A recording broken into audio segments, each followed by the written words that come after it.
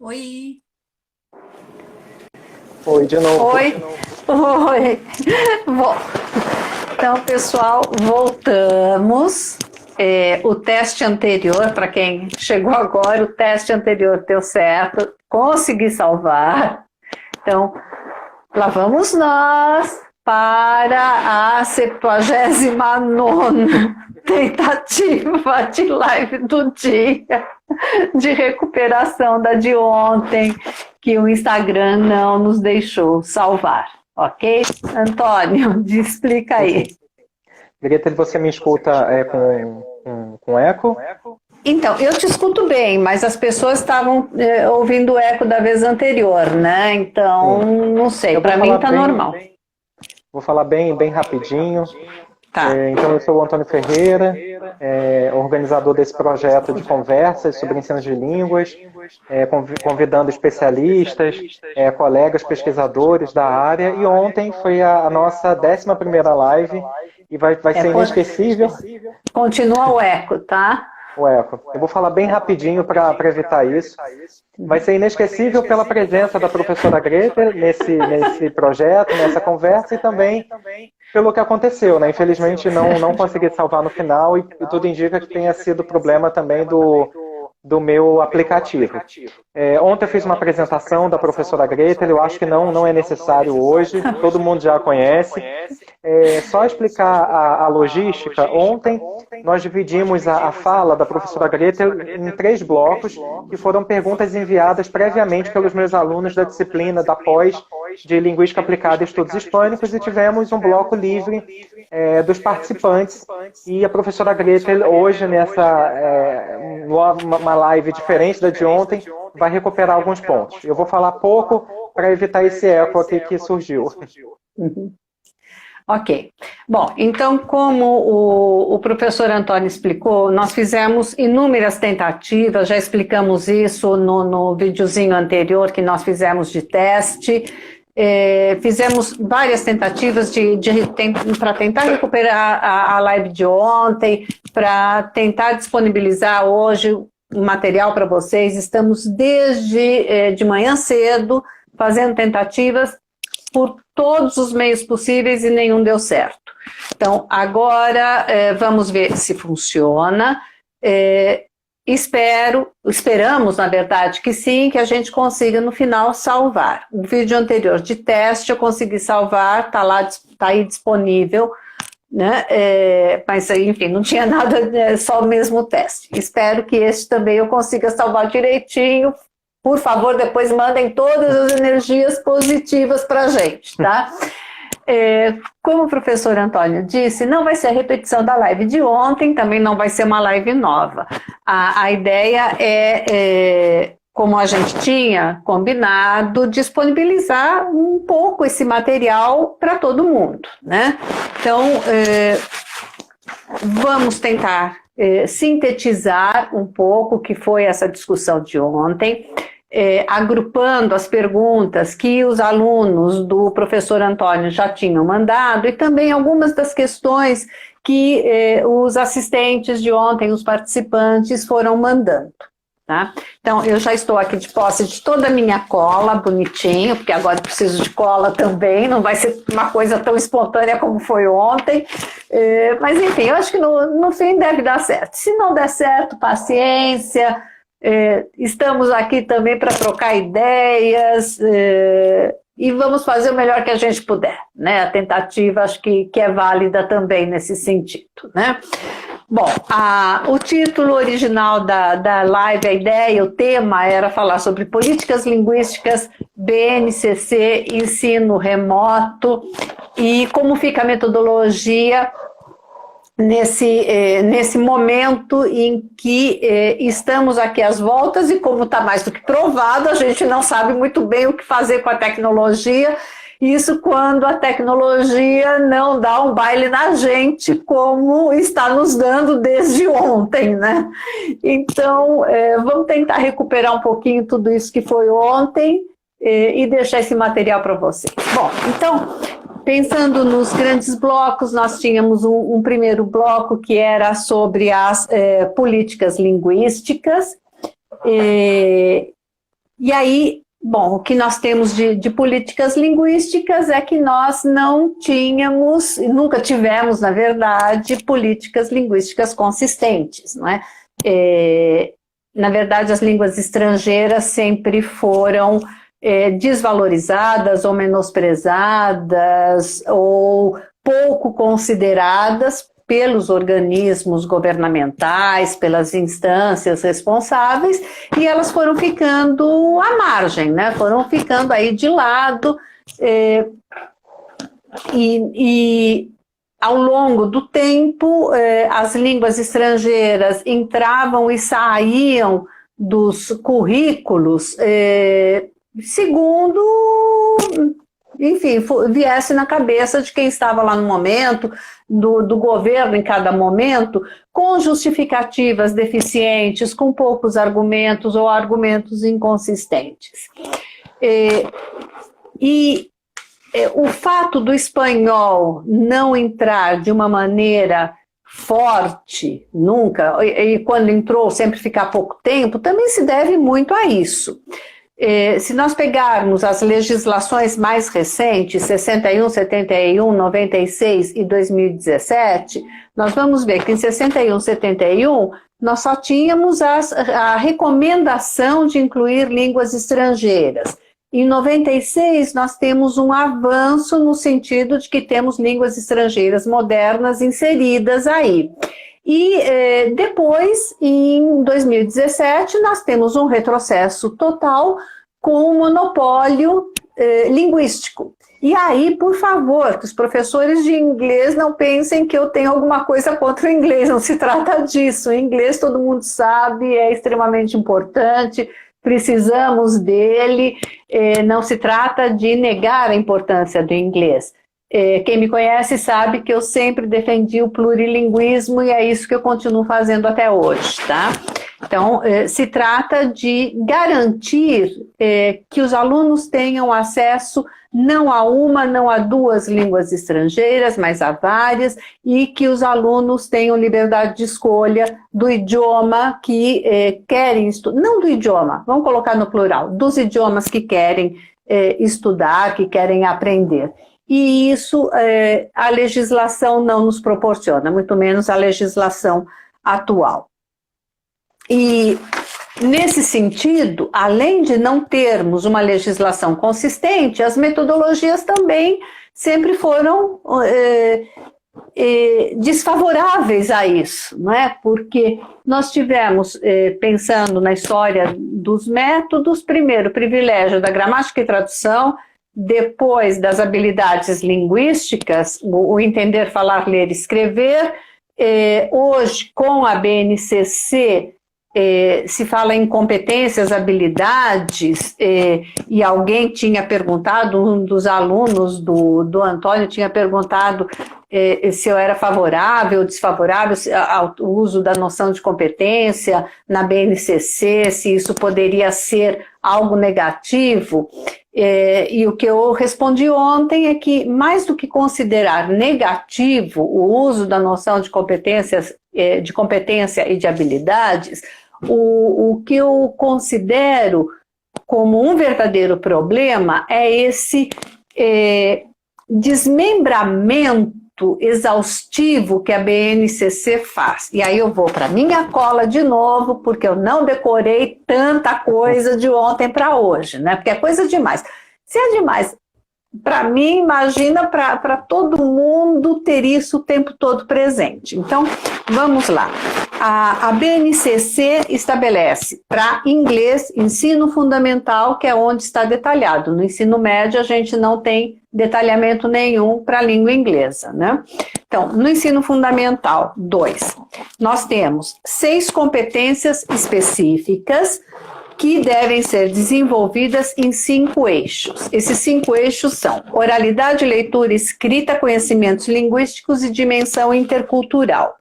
E cada um desses eixos está subdividido em habilidades, sendo 26 habilidades no 6º ano, 23 no 7º, 20 no 8º e 19 no 9º, que totaliza 88 habilidades. Bom, ou seja, se compartimentaliza tanto a língua como se fosse possível trabalhar cada habilidade separadamente dentro de um eixo, dentro de uma competência, tudo separadinho, bonitinho, de forma estanque. Por um lado, isso já vai totalmente contra o que está estabelecido na BNCC. A BNCC fala em engajamento social, em multiletramentos, em caráter formativo, em integração. E aí vai e coloca tudo separadinho, dividido, não é? O meu grande receio, na verdade, é que eu sei que está lá, ou eu imagino, suponho, que esteja na BNCC desse jeito, por um propósito didático, pedagógico, para deixar claro o que se pretende. Porém, o meu grande receio, como eu dizia, é que isso seja levado à prática nos livros didáticos, nos manuais que acompanham esses livros didáticos, né, no livro do professor e na sala de aula, tá? Então, como dá para pensar, por exemplo, em eixos linguísticos separados, oralidade, leitura e escrita? Por exemplo, nós estamos aqui conversando, tá? Eu estou falando, só que ao mesmo tempo eu estou lendo. Então, nós já temos essa junção de oralidade e leitura. As coisas não acontecem separadamente, elas vêm juntas. Só que, para que eu possa falar e ler, eu também preciso de conhecimentos linguísticos. E eu também preciso dessa dimensão intercultural, porque tem gente de vários pontos do Brasil acompanhando, e eu preciso evitar que haja algum choque cultural, não é? Então, tudo isso está perfeitamente interrelacionado. Como eu posso separar isso num livro didático, numa aula, no guia do professor?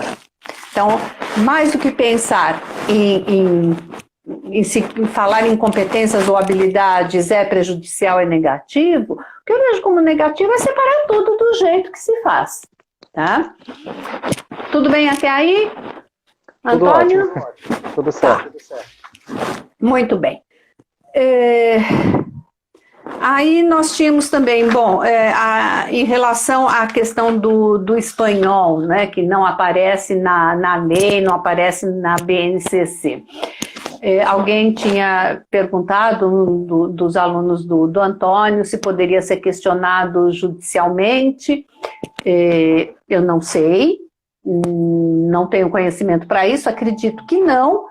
Porém, algo que eu não disse ontem, mas que depois me ocorreu, é que talvez, e aí eu deixo como sugestão, para as associações de professores de espanhol, que talvez possam se assessorar por especialistas para saber se cabe uma contestação, já que, pelo menos aí é um dos argumentos que eu apresentei ontem e que eu reitero, o parágrafo único do artigo 4º da Constituição diz que a República Federativa do Brasil buscará a integração econômica, política, social e cultural dos povos da América Latina, visando a formação de uma comunidade latino-americana de nações. Ora, só é possível, do meu ponto de vista, uma integração cultural, não é? Se nós tivermos também a língua presente aí, não é? Então, fica a sugestão para as associações de professores de espanhol dos diferentes estados procurarem uma assessoria jurídica e saber se, além deste, há outros elementos que permitam contestar essa exclusão do espanhol, tá bom? Enquanto isso, o que fazer? Bom, professor de espanhol está mais do que acostumado a resistir, a brigar, a lutar, a gente fez isso a vida inteira, a gente simplesmente tem que continuar fazendo, não é?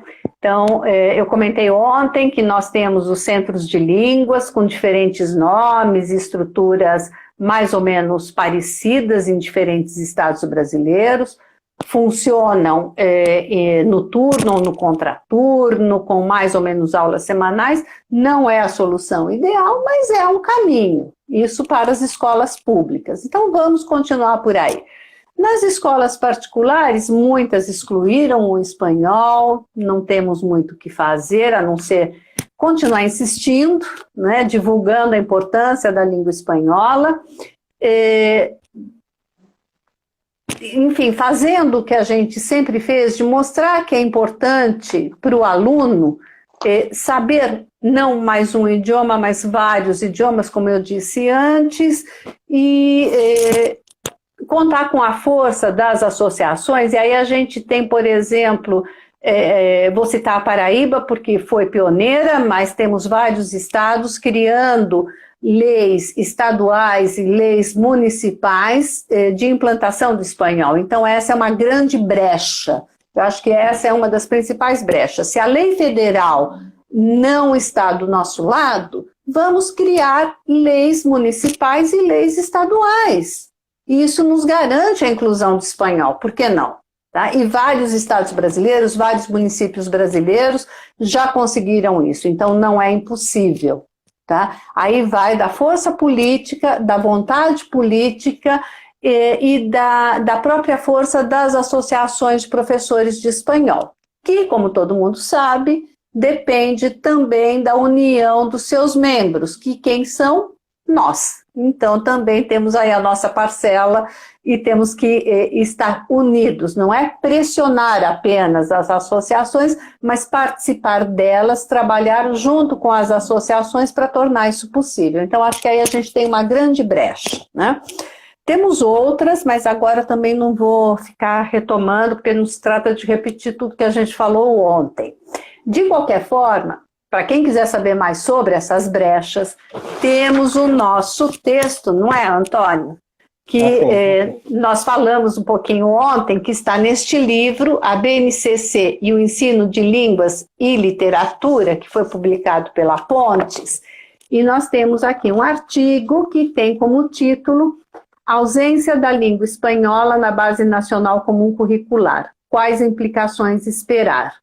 Então, aqui a gente fala um pouquinho de toda essa trajetória política e também dessas brechas na legislação. Então, fica uma recomendação de leitura para quem está em casa sem sair, fazendo a quarentena direitinho, tá? Que eu espero que todo mundo esteja fazendo.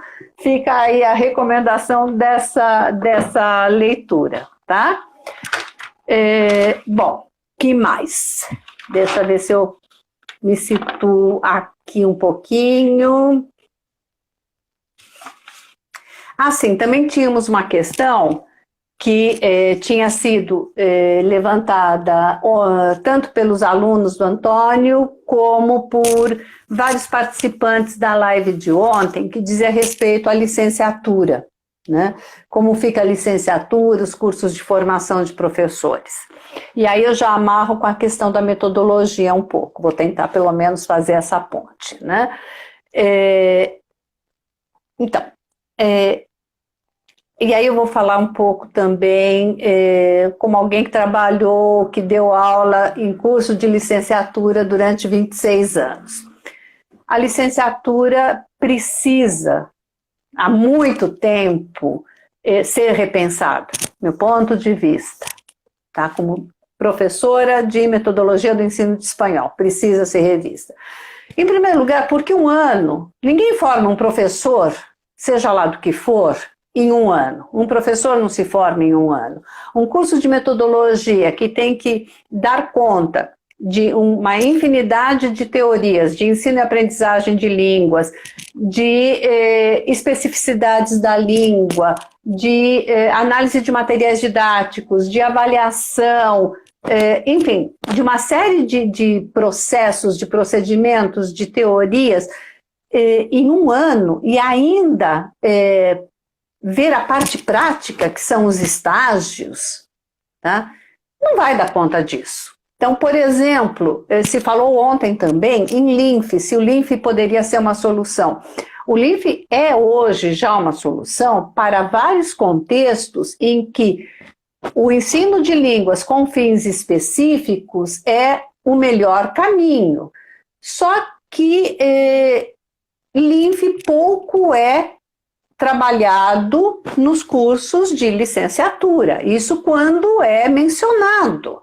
Então, nós precisamos que a licenciatura também se volte para LINF, que abre esse espaço para falar do ensino de línguas com fins específicos. Então, essa é uma questão. Não falei ontem, mas falo agora, também precisa, os cursos de licenciatura também precisam se abrir para outra demanda, que é das pessoas com necessidades especiais.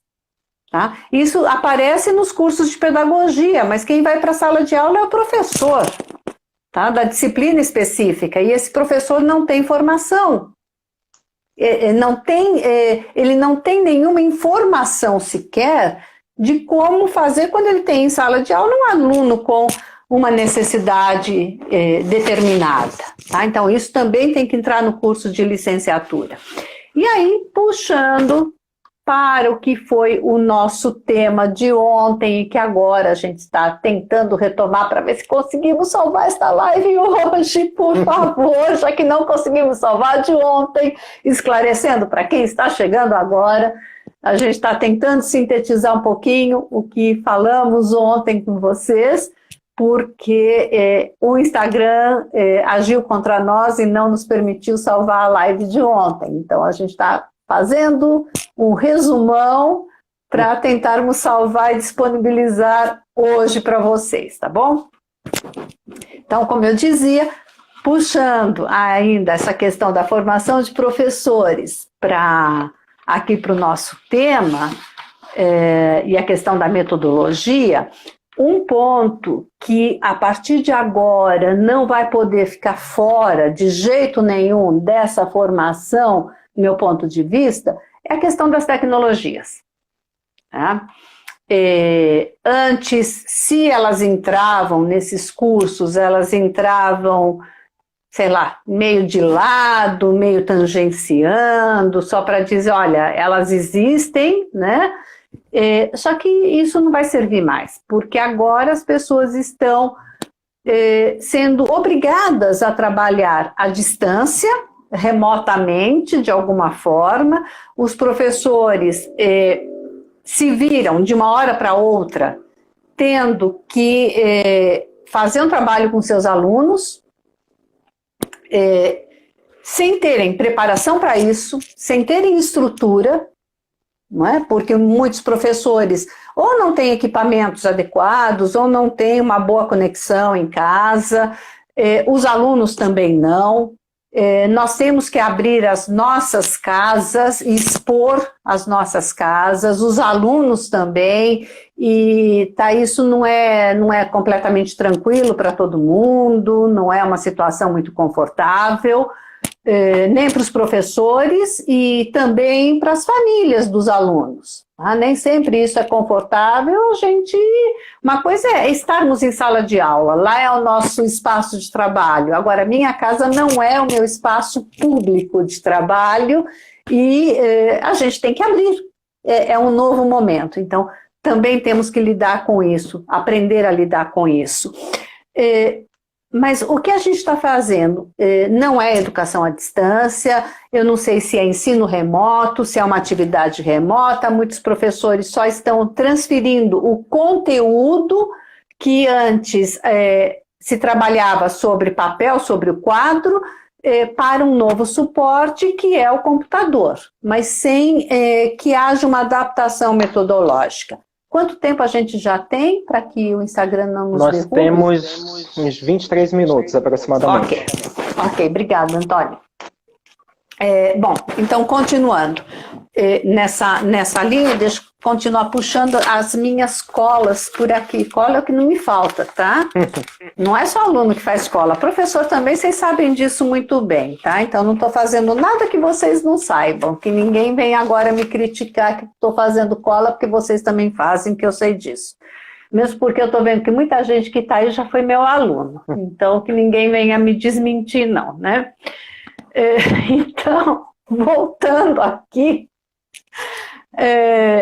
bom, o que nós temos, por um lado, é que temos escolas pressionando os professores para que cumpram o conteúdo, cumpram a carga didática, as famílias querendo que o curso seja dado, que seja cumprida essa programação que estava prevista, só que o professor não foi preparado para isso. E tem mais uma coisa que eu não disse ontem, mas que também depois, repensando, disse, poxa vida, não falei uma coisa que é de extrema importância.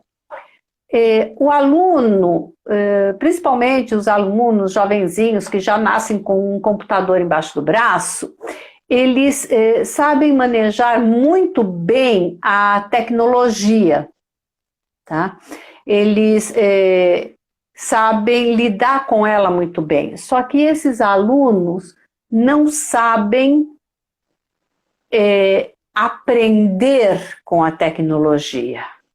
Eles usam a internet, eles navegam pela internet, eles entram em todos os sites, conhecem muita coisa, só que não usam a internet para estudo. Raramente usam a internet para buscar uma informação ou para estudar.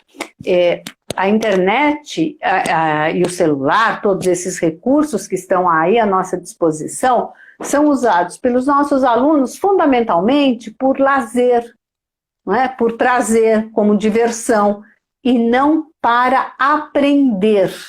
Então, os alunos também precisam aprender a aprender com esses novos suportes, esses novos recursos, que não são tão novos, não é? Mas exigem uma nova forma de aprender. Então, se nós temos agora que aprender uma nova forma de ensinar, os alunos têm que aprender uma nova forma de aprender. Qual é a dificuldade disso? Que ninguém sabe muito bem como fazer. Nós não temos quem nos ensine a como ensinar, nem quem ensine os alunos a como aprender a aprender. Então, é um momento difícil para todos nós. Estamos aí engatinhando e temos que nos apoiar uns nos outros, não é? Eu sempre disse que eu considero, meus alunos sabem disso muito bem, porque eu repeti isso em sala de aula muitas vezes, que os professores integram a categoria profissional mais desunida que eu conheço, né? Os professores não se unem, não são parceiros, trabalhamos de forma muito individual e muito individualista. Eu quero acreditar que agora, como estamos todos com os mesmos problemas, com as mesmas dificuldades, vamos precisar nos ajudar e nos apoiar uns aos outros. Talvez este seja o momento ideal para nos unirmos, aproveitar este momento tão caótico, tão difícil para todos nós, para nos juntarmos, tá? Deixarmos de ser essa categoria profissional tão desunida. Eu acho que pode ser um bom momento para isso também. Que mais? Bom, também tínhamos falado ontem, ainda voltando para a BNCC, que foi o ponto central das nossas discussões, das perguntas que chegaram, tanto dos alunos, do professor Antônio, quanto dos participantes da live de ontem. Então, voltando para algumas questões sobre a BNCC, e que tinha aparecido numa outra live que foi organizada pelo professor Antônio esta semana, uma live com a professora Larissa Benedini, uma das participantes, em determinado momento, eu estava acompanhando a live, comentou, em que também se falava sobre a BNCC, uma das participantes, a Luiziane, comentou que na formação, e aí eu vou ler o que eu copiei literalmente do que ela disse, né, do que ela escreveu nos comentários, que na formação de professores perpetua-se a ideia de que a BNCC é uma bíblia. Então foi exatamente o que, imagino que seja uma professora, não sei de onde ela é, a Luiziane, acho que é de Santa Catarina, né? Sim. De Santa Catarina, escreveu exatamente isso. E é verdade. E eu diria mais, não é só na formação de professores que, a meu ver, a BNCC tem essa configuração de que ela, por ser normativa, que é o que consta lá no texto, diferentemente do que constava nas OCEN ou nos PCNs, que eram documentos orientadores, e agora a BNCC deixa firme que é um documento normativo, todo mundo acha que ela tem que ser seguida estritamente, que temos que obedecer a ela o tempo todo certinho, que não podemos abrir mão dela. Bom, espera um pouquinho. Isso é verdade até a página 2, né? Uma coisa é ir contra a BNCC. Outra coisa é seguir rigidamente tudo que ela diz. São coisas diferentes. Então, ok, eu não posso fazer nada que vá na direção contrária do que está dito lá. Só que eu também não preciso fazer tudo que está dito lá. Eu tenho brechas aí no meio do caminho, não é? Então, sem desrespeitar a BNCC, eu tenho uma margem aí, que é essa mesma margem que qualquer professor tem em sala de aula, quando tem que seguir uma determinada metodologia imposta pela escola, ou quando tem que seguir um livro didático. Então, nada é tão rígido que me coloque numa camisa de força. Tá? Então, eu tenho que ter essa liberdade, e tenho essa liberdade para me movimentar um pouco e fazer ajustes onde eu considero que são necessários. Ainda mais se a gente pensar num país como o Brasil, com tantas diferenças, né? Eu não posso aplicar, eu já não digo de um estado para outro, de uma região para outra, mas se eu pegar uma cidade como São Paulo, o que vale para uma escola de um bairro não necessariamente vai valer para uma escola de outro bairro dentro da mesma cidade. As realidades são muito diferentes, então eu preciso ter a possibilidade de fazer ajustes e adaptações. E aí entra essa condição de poder mexer na BNCC. Bom, uma outra coisa que eu comentei ontem... antes disso... Não, deixa eu continuar, depois eu volto, para não me perder. Uma outra coisa que eu comentei ontem e que eu não vou perder a chance de dizer de novo, porque é algo que me incomoda muito, me incomodou muito, foi anteontem, quando eu tive contato com o PNLD de ensino médio, o próximo PNLD que vem por aí, que exclui o espanhol, só inclui o inglês. Então, isso já é um sinal do que nos espera no espanhol. Por um lado, é lógico, dá para entender que não haja PNLD para espanhol, pelo menos aí temos uma coerência com a legislação. Se não tem espanhol no ensino médio, para que ter PNLD, né? E, infelizmente, nesse ponto temos, uma coerência, não é? Mas, enfim, só que isso tem um desdobramento, que é a questão de que também a perspectiva de que não tenhamos mais o Enem em espanhol é grande, né? Porque não temos o espanhol no ensino médio, não temos PNLD no ensino médio, para o ensino médio, então o Enem também a curto prazo o espanhol deve desaparecer do Enem a curto prazo. E voltando a esse PNLD de ensino médio que está aí, eu não sei se isso já acontecia em editais anteriores, não tenho esse conhecimento, mas neste último que me chamou muita atenção, que eu comentei na live de ontem, é que ele inclua lá num dos itens que são obrigatórios, lá um dos requisitos dele, eu não estou achando agora na minha cola, tá vendo? Minha cola está tão bem feita que agora eu não estou achando, né? Mas, enfim, ele se pauta no quadro comum europeu, tá? Então, estabelece o quadro comum europeu, que os alunos têm que, o material didático tem que alcançar os níveis, acho que A1 e A2 do quadro comum europeu. Bom, eu acho isso um absurdo, total. Pelo fato, não por estabelecer nível A1, A2, tá? Aí eu não conheço inglês para saber se isso é pertinente para o inglês ou não. Esse ponto eu não vou discutir. O que eu discuto é o uso do quadro comum europeu.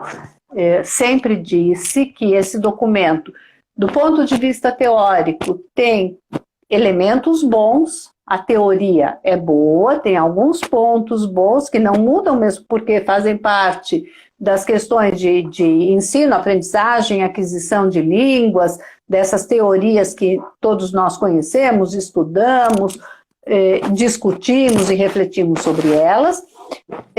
O que eu discuto, o que eu questiono é que esse documento não é válido para nós. É um documento pensado na Europa, para a Europa. Ele é perfeitamente válido para lá e não para nós. Tá? Nós aqui no Brasil não temos as mesmas condições e muito menos a mesma realidade da Europa. Nosso contexto é outro, os nossos problemas são outros, as nossas dificuldades são outras. Tá? Então, nós não podemos continuar nos pautando por ele. Alguém está dizendo que isso dá briga em reunião de colegiado. Eu sei, porque eu já participei de muita briga dessas também, tá? E sempre mantendo esse ponto de vista. Mas sinto muito, quadro europeu, é o que eu sempre digo, o Brasil ainda não faz parte da Europa. O dia que fizer parte da Europa, a gente adota o quadro comum europeu, tá bom? Enquanto não chega esse dia, vamos defender um documento brasileiro, e aí não é querendo puxar a brasa para minha sardinha, isso também quero deixar muito claro, mas nós temos sim um documento brasileiro, que é o RENID. Tudo bem que é recente, é do final do ano passado, é o referencial de níveis de desempenho em línguas estrangeiras. Ele não quer substituir o quadro europeu, também tem que ficar isso bem claro. Este referencial foi elaborado por um grupo de pesquisadores bastante amplo, integram este grupo uma parte do grupo de pesquisa coordenado pelo professor José Carlos Paes de Almeida Filho, da UNB, e por integrantes do meu grupo de pesquisa também, são umas 14 pessoas pelo menos, não vai dar para falar o nome de todo mundo, e o que nós fizemos aqui foi pensar esses níveis de desempenho pautados na nossa realidade, não em níveis A1, A2 até C1, C2, mas nos nossos níveis de escolaridade, que é onde se estudam as línguas estrangeiras, não é? Então, desde o ensino fundamental até a faculdade, pensando a nossa realidade, a nossa carga didática, as nossas condições. Então, é um documento brasileiro pensado no Brasil e para o Brasil. Tá? Esse documento já está disponível, bonitinho, qualquer hora faço uma live para falar dele, mas aí eu chamo as pessoas do grupo para falarem, porque o trabalho não é só meu, longe disso, né? Eu tenho uma parcela pequenininha de contribuição aí. E aí, voltando para o outro ponto, e aí acho que eu encerro, da metodologia, dessas questões do que fazemos, se é ensino remoto, se é educação à distância, se é aula, atividade remota, tal como uma boa parte das pessoas se confunde com isso. Para mim também isso ainda é um grande emaranhado.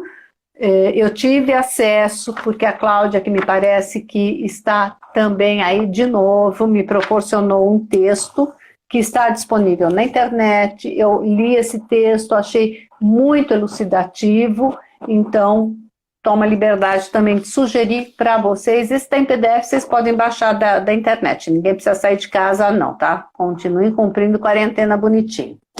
Então, o título do artigo é Por um novo conceito e paradigma de educação on-life. É on-life mesmo, tá?